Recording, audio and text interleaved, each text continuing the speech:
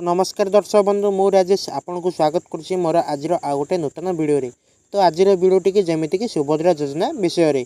तो आपण मैंने जानते सुभद्रा योजना आपन को मिलवा आउ मात्र 3 दिन बाकी अच्छी।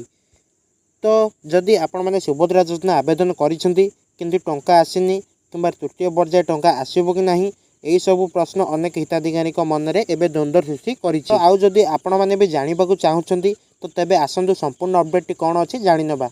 एवं ता पूर्व आपण मैंने जब आम चैनल में नुआ कर विजिट करछंती तो निहत भाव आम चैनल को सब्सक्राइब कर वीडियो को लाइक कर दिंतु और पाखे देवा बेल आइकन को क्लिक कर ऑल रे सेट कर दिंतु। तो आसतु संपूर्ण अपडेट कौन अच्छी जाणीबा।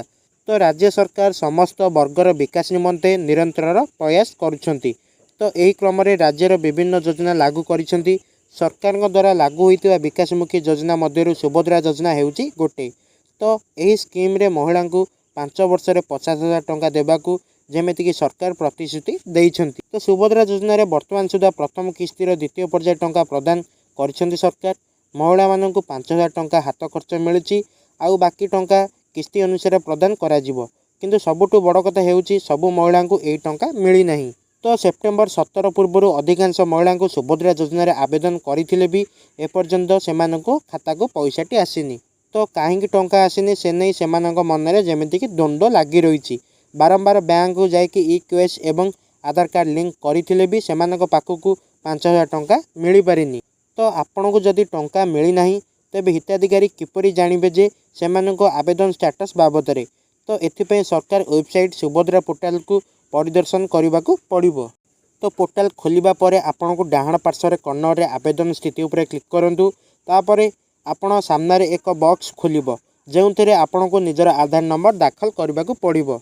तो यापर आपन को आधार सह रेजिस्टर थिबा मोबाइल नंबर को ओटीपी आसीबो। सेही ओटीपी की प्रवेश कला मात्रे आपनकर सामना को आपनकर एप्लिकेशन स्टेटस शो करि जिवो। तो एक पृष्ठा खोलिबो जेउथरे हिताधिकारी विवरणी देखा जिवो। तले एक बॉक्स ई-केवाईसी स्टेटस ई-केवाईसी प्रकार स्वीकृति स्थिति बा पेमेंट स्थिति देखाई थिबो। जदि ई-केवाईसी स्टेटस रे पेंडिंग देखाउची तो आपन को तुरंत ई-केवाईसी करेई नियंतु। आउ जदि स्वीकृति स्टेटस रे अंडर प्रोसेस लेखा रहउती तो सेमानकर आवेदनटा सरकार पाखे विचाराधीन अच्छी बोली जेमिति कि जना पड़ुची। तो आपनकर जदि आवेदनटी रिजेक्ट हो जाइथिबो तो तबे से सुभद्रा पोर्टाल रे आपनकर रिजेक्ट बोली लेखिबो। तो यही आपण मैंने निज फोन रे आपनकर स्टेटस को चेक करेंगे।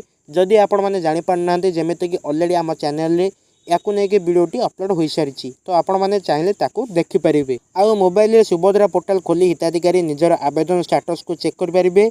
पेज खोलिले डाहाण पाखे 3टी गार देखा जो क्लिक कले हिताधिकारी निज स्टेटस चेक करेंगे।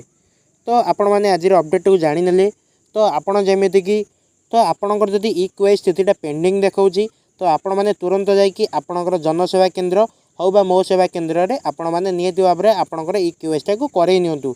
तो बंधुगण आज अपडेट एतिकी देखा नेक्स्ट वीडियो रे। धन्यवाद।